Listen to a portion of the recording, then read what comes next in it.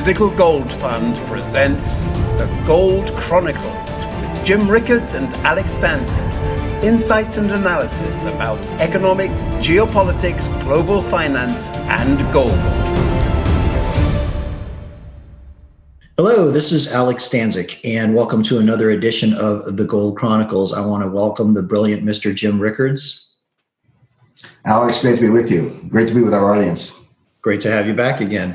I know people are looking forward to this one. We've got some pretty important and special things to talk about today, and it's already kind of being talked about in the Twitter sphere about what we're going to be covering. So very briefly, some housekeeping stuff. I just want to do a quick review of what we covered in our last Gold Chronicles. In our last episode, Jim and I did a really deep dive into common objections to owning gold and using gold as a gold standard for monetary policy. And we covered things such as there's just not enough gold to support finance and commerce. The gold supply doesn't grow fast enough to support economic growth. Gold has no yield. Gold causes depressions and panics, particularly the Great Depression. Gold has no intrinsic value. Gold is a barbarous relic, et cetera, et cetera. So if you've heard these kind of objections, you're not sure how to deal with them, you're not even sure how to answer them for yourself, I highly recommend going back and checking out our last podcast where we spent close to an hour really deep diving those topics. If you're watching this podcast on YouTube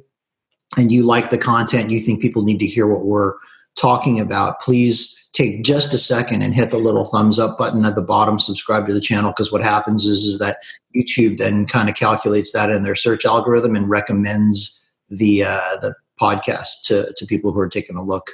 And then also we're actively monitoring comments. So if you want to leave comments underneath the video, we are answering questions, and we're also taking note of questions that might be useful to talk about in a future podcast. So why don't we dive right into topics, Jim? First, I just want to make a quick note about gold. I know we're going to be talking about gold a little bit later as to how things are playing out, but I think people know that it's been pretty much trending sideways in a channel since the beginning of 2018. It's basically bouncing between 1,300 and 1,366. All economic activity really hasn't impacted it. There's been no major sort of panics or catastrophes or anything like that. I do note that demand out of India has dropped off, and sovereign demand, as far as China is concerned, from what we know, they're not reporting any increases. That doesn't mean they're not increasing it off the books, but they're not reporting any increases, and demand in the West has been extremely flat. So the fact that it's not going down is really interesting to me. Do you have any thoughts before we get into this? Yeah, well, I agree completely. First of all, you're right. It's been trading sideways for months, but my thesis, and I think there's good support for it, is that we're in a multi-year, long-term bull market that actually started in December 2015. So if you look at the 6-month chart, not much action. If you go back to the post-Brexit high, so we're talking, say, July 8th, 2016, right after Brexit, we're not really past those highs. That was around 1360. A lot of action in the meantime. It was down as low in the low 1200s. But the point is, it never got anywhere near that December 2015 low of 1050. It's never been anywhere near that. It's barely been in the 1100s.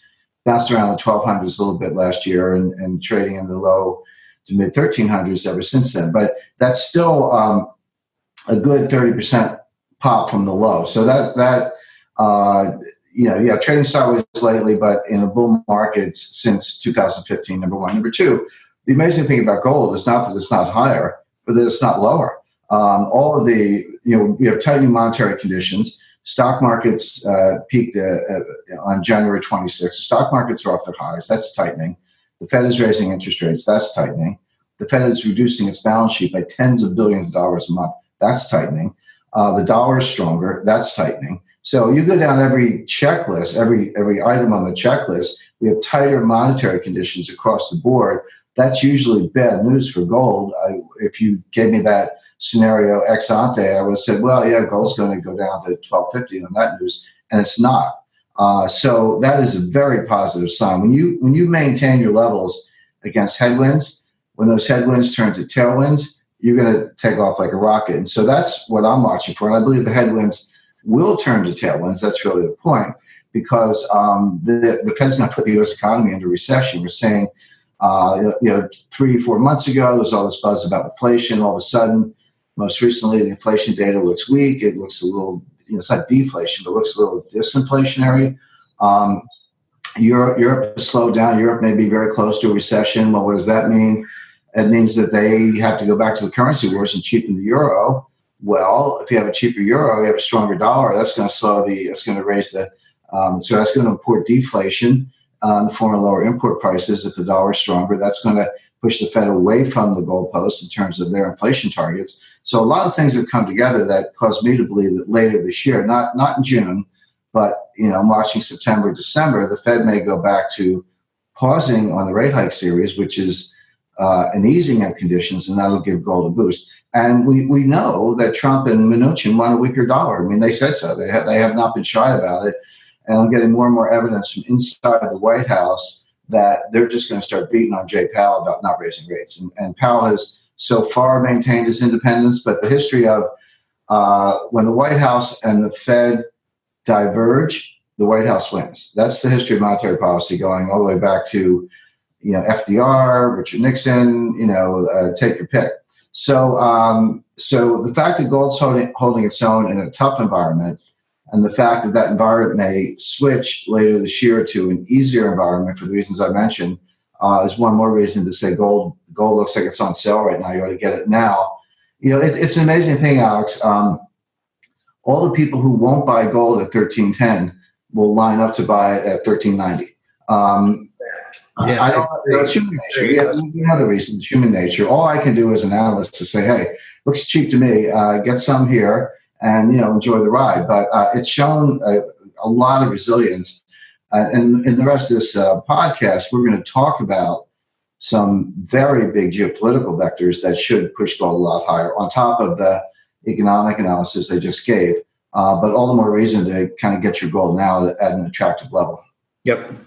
Okay, so let's get into the core sort of topic for today, and that is in private conversation, you have mentioned to me there are some sort of urgent developments occurring with Iran, and the potential scenarios moving forward are sort of all interconnected and could impact everything from oil sales to China to the world's gold markets.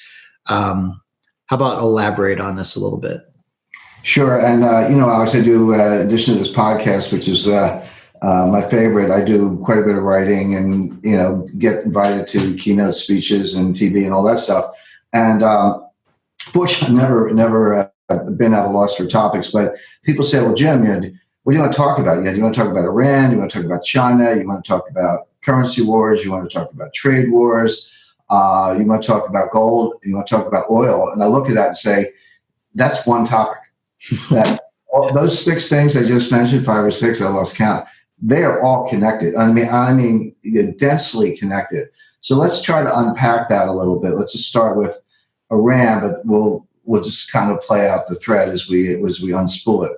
So we are in a financial war with Iran. Or just to put it maybe more starkly, we're in a war with Iran using financial weapons.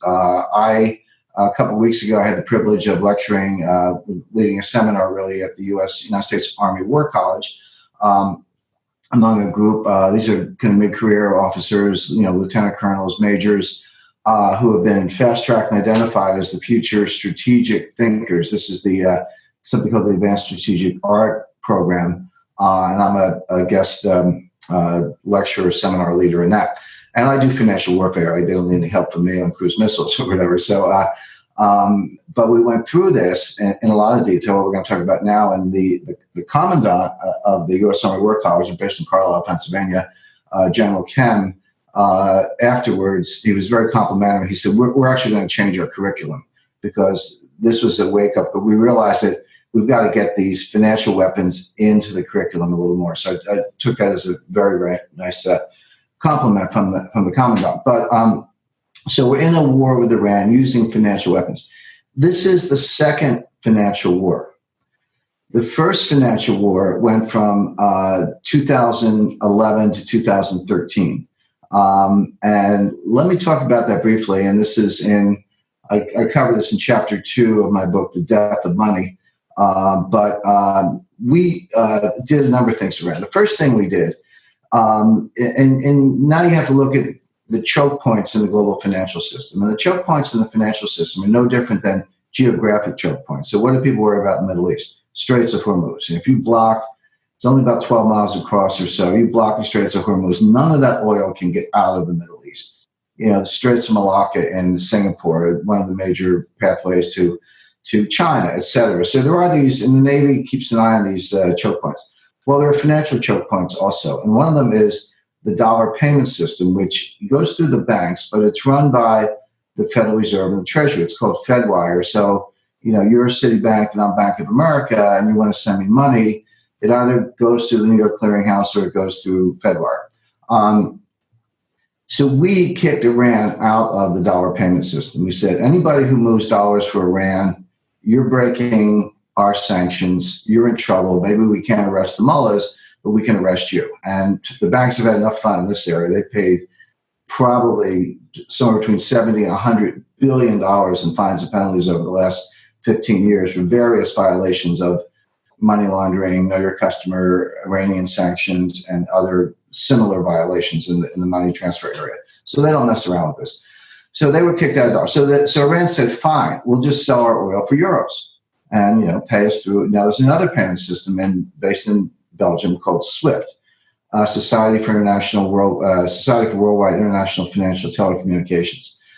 This is the central nervous system of the entire global financial system. Yep.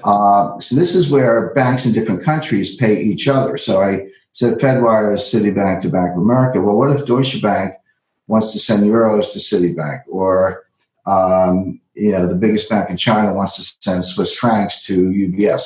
Those payments go through SWIFT.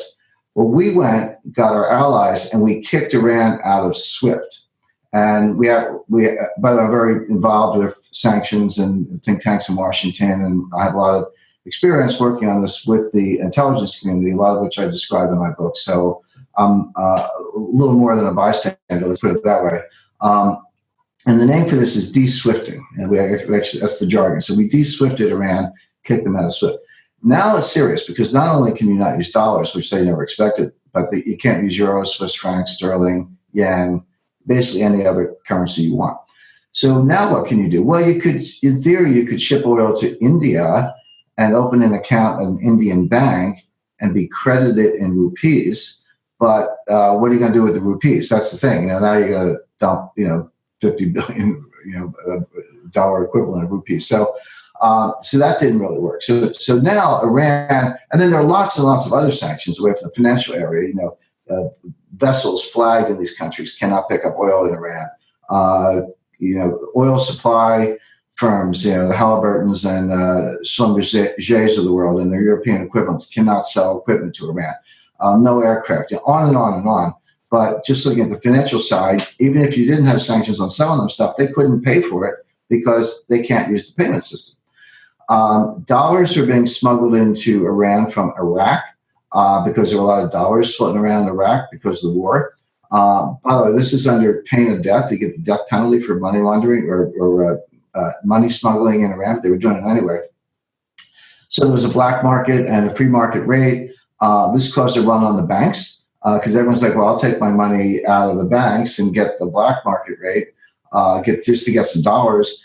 The smugglers in Dubai were, cash and carry. So if you bought some black market dollars from Iraq, and you could hire smugglers in Dubai, you could get the Iranians are actually fairly sophisticated. The people of Iran, President Trump said this the other day, they like their iPhones and their HP printers and all their Macs as much as we do. So and that stuff comes in from Dubai. You can see the smugglers lined up on Banias Road, right there on the waterfront by the creek. So this was working, but now you got to run on the bank. So the bankers raise the interest rates to 20%, right, to keep the money in. Say, hey, I'll pay 20% interest, keep your reals in the bank. Because the currency depreciated so much, it was hyperinflationary. So think about what's going on in Iran. There's a hard currency shortage. There's a run on the bank. Interest rates are 20%. Inflation's out of control. And by the way, there's no faster way to turn a population against you than inflation, because you're robbing them. You're robbing them of their life savings. Very few people know that Tiananmen Square, the protests, and ended up massacre in China and Beijing in 1989. That started as an anti-inflation protest. It turned into a pro-democracy protest, and they had their paper mache Statue of Liberty. But that started as anti-inflation. The Iranians were in the same place. Now you get into psyops, psychological operations. You're playing with their heads on Twitter, and we were going down the path to regime change without firing a shot. And I'll give credit to Obama and the Assistant Secretary of the Treasury who engineered all this stuff. So, okay, nice job, guys. But they declared a truce in December 2013 because the Iranians said, no mas, we'll come to the table. So personally, I've spoken to the people in the Treasury at the time. I said, why didn't you double down? Nobody was getting killed. No, we weren't shooting any. We weren't invading. It was 101st Airborne wasn't marching to Tehran. We were getting close to regime change. Why didn't you double down? And they said, no, because we wanted to negotiate, and it worked. They came to the table. Okay, well, that's okay. I mean, I might disagree, but that's not an unacceptable policy. The problem was that and this is what President Trump has pointed out, the negotiations were a complete failure. John Kerry and Valerie Jarrett signed, who was born in Iran, by the way, signed the worst deal ever. No teeth, limited. It didn't limit anything in the long run. It deferred some things for a number of years, didn't limit other things that were just as important and had no teeth. Other than that, how was the play, Mrs. Lincoln? So, but as part of this, and this was unknown at the time, a lot of it has been declassified and we know about it now. We gave the Iranians hundreds of billions of dollars. Now, some of it, and remember, we got our hostages back. There was a whole controversy in 2014, 15. Was this ransom or not for hostages? And Obama kept saying it's not ransom because it's their money. We're just giving it back to them. Well, that turns out not to be true. Some of it was their money, and we did give it back. But a lot of it was, I would call it ransom money that we paid, bribery, whatever you want to call it, to get this deal done. This money was delivered in cash. I mean, physical notes. I don't mean because Iran's kicked out of the banking system, right? So they actually don't want wire transfers because we could freeze it again if we changed our minds. I'm sure if they had a nickel in the financial system, Trump would have frozen it. Well, they don't, and this is the reason. We flew in pallets of 500 euro notes, which we got from the Bank of the Netherlands. Remember, our Bureau of Printing and Engraving doesn't print doesn't print euros. Iran didn't want dollars, so we had to go to the Netherlands Central Bank and do a swap and get the euros, ship them, and gold, and a lot of gold. Now, I haven't been able to get the exact numbers, but we're talking, perhaps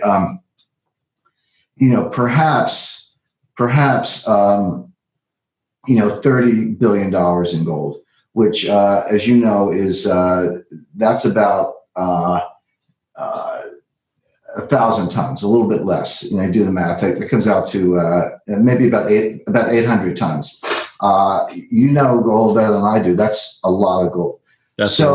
Now Iran's like, hey, I got the gold, right? And by the way, where'd that gold come from? Well, it came.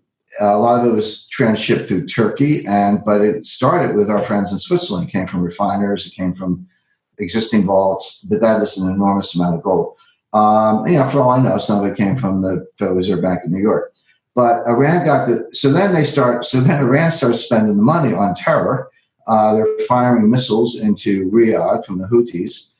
They've rearmed Hamas. They've rearmed Hezbollah. They've armed the Houthis. There's encircling Saudi Arabia. It's typical Iran. I mean, they never, and this is what Trump said the other day, because we were supposed to get better behavior in exchange for all this goodwill.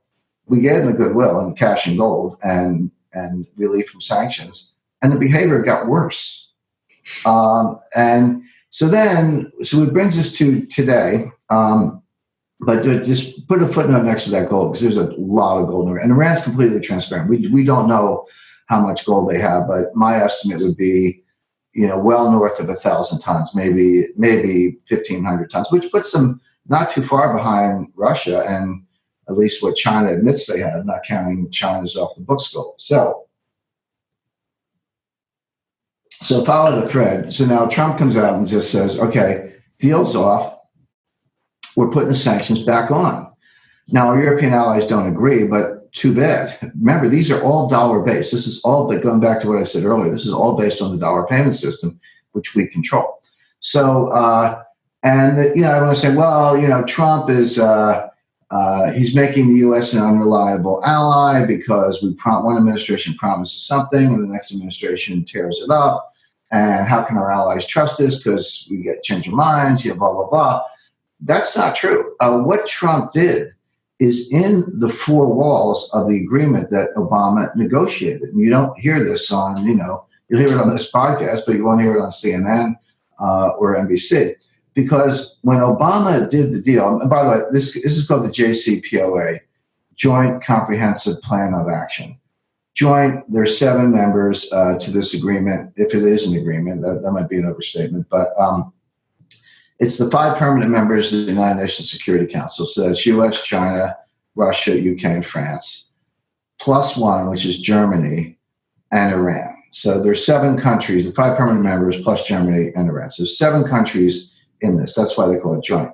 Comprehensive, I don't know what's comprehensive about it. Lots of loopholes, but it sounds nice. Plan of action. What is that? It's a loose statement of intent. It's like, here's what we all intend to do. It's not legally binding. I don't think it was ever signed, by the way. I'm not sure who signed it in Iran, but it's out there. And I think the other thing you get into is if you read the Farsi version, that's the language of Iran, and the English version, a lot of translators would say they're not the same. So this is a hot mess at best.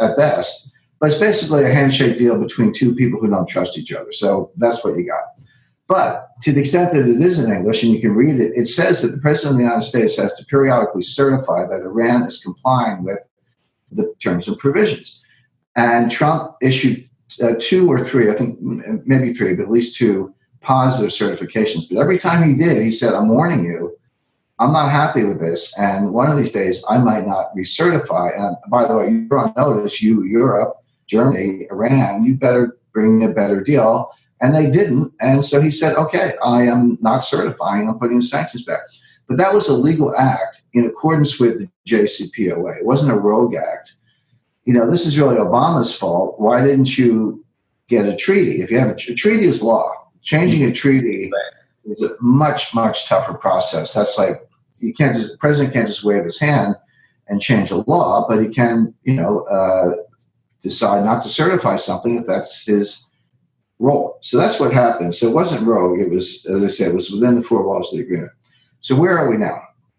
We are right back where we were in 2012, early 2013. We're in a financial war with Iran, and we're putting all these sanctions back on again. Now, some of them have 60-day windows, 90-day windows, because, if I shipped goods and they're in the middle of the Mediterranean Sea and they're on their way to, the ports in Bandar Abbas, I think one of the big ports in Iran. They're not. President's not saying you got to turn the ship around and okay, you can finish that delivery, but you got 90 days to clean up work in progress or things in motion. But nothing new. Don't do a new deal today. I'm not giving you 90 days on new deals. I'm only giving you 90 days to unwind existing deals. And they're out of the dollar payment system again. Now, I don't know where things stand with SWIFT because the U.S. cannot act unilaterally in SWIFT. Right. But what we can do that's even more powerful is what's called a secondary boycott. So here's what we do. We say to Germany, hey, I can't stop you from paying Iran in euros unless we agree in SWIFT. And they may do that. But if you pay Iran in euros, tell Deutsche Bank to close up shop in New York.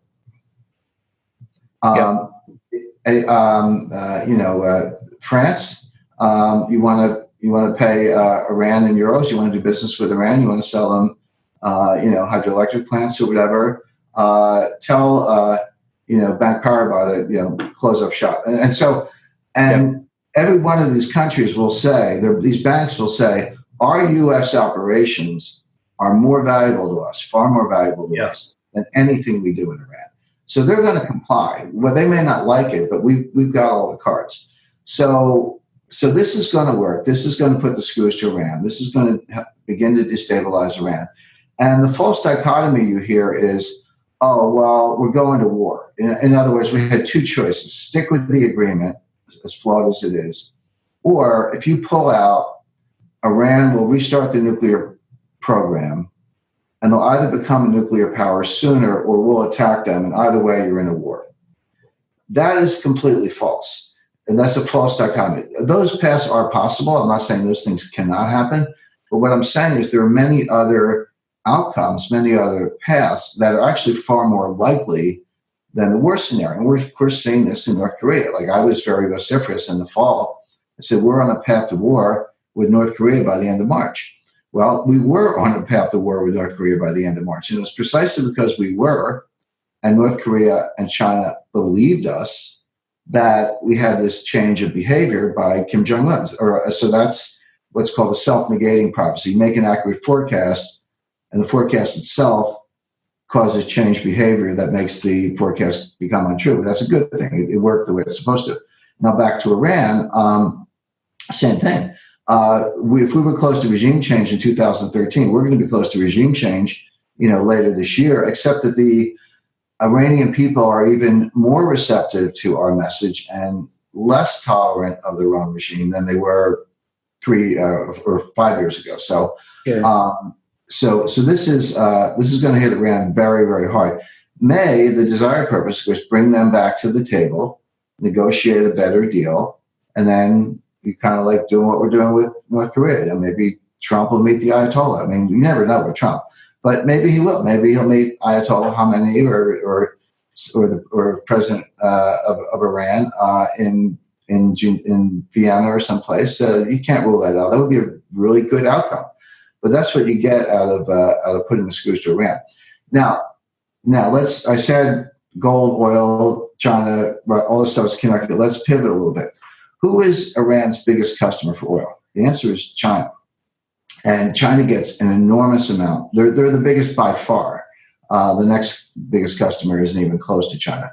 And it's China's leading source of oil. Saudi Arabia is, in the same ballpark. But the Iranian-Chinese oil relationship, that is blood and oxygen to the Chinese. Their economy doesn't run without that Iranian oil. Right. How are they going to pay for it? Well, they can't pay in dollars. We just went through that.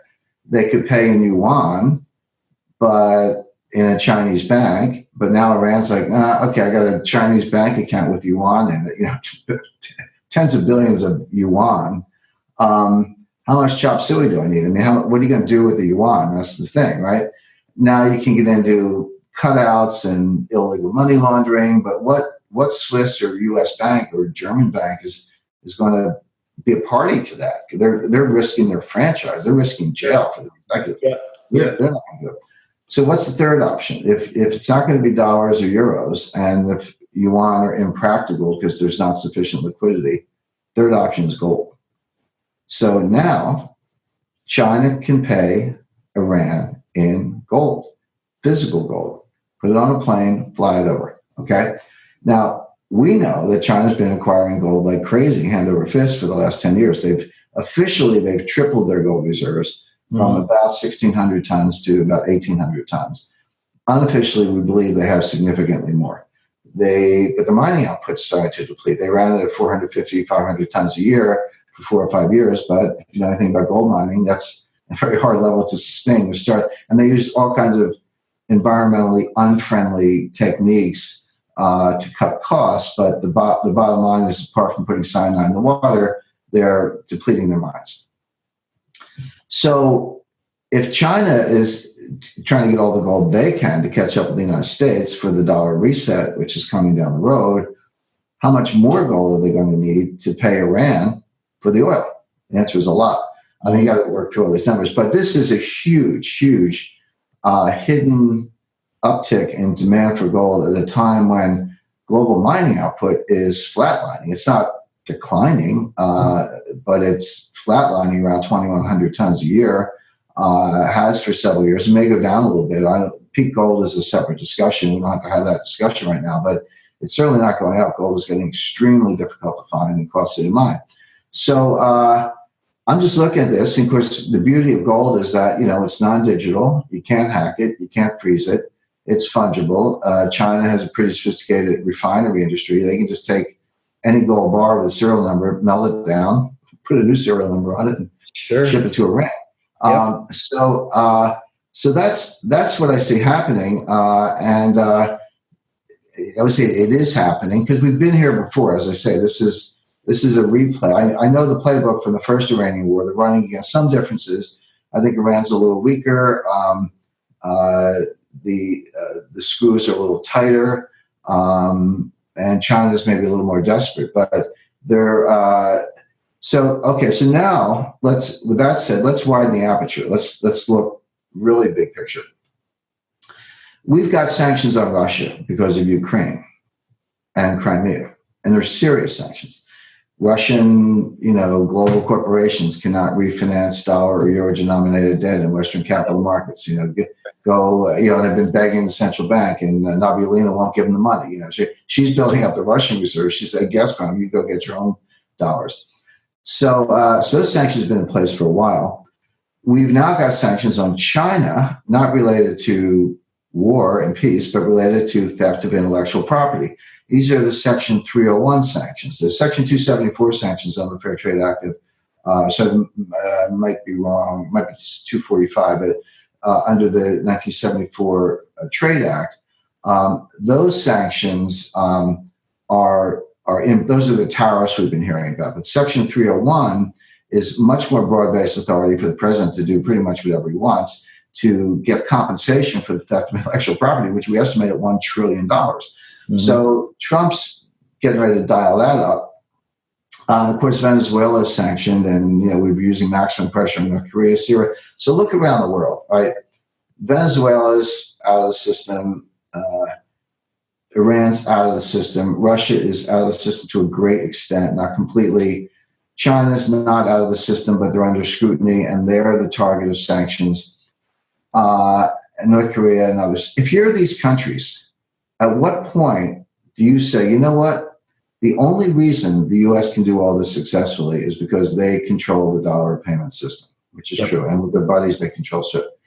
We need a different system. We have to get out of the system, because until we get out of the system, this is the equivalent of 20 aircraft. This is the financial equivalent of the Seventh Fleet. We can't fight the Seventh Fleet, but we can't fight the dollar. And if you can't build a bigger Navy, and you can't, can you build an alternative to the dollar? Well, that's a lot easier than matching the Seventh Fleet ship for ship. And they're working on it. And they're using blockchain. They're using distributed ledger technology. They're using physical gold.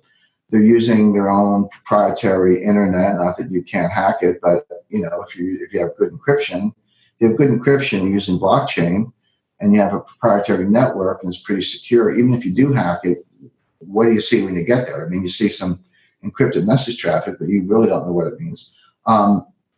And they're getting close to the point, and I believe this will be announced, in the not distant future, meaning in the next 2 years. I'm not saying tomorrow, but sooner than later, that they've settled. I call it the Putin coin or the Xi coin, but let's just call it the world coin, or something other than the dollar.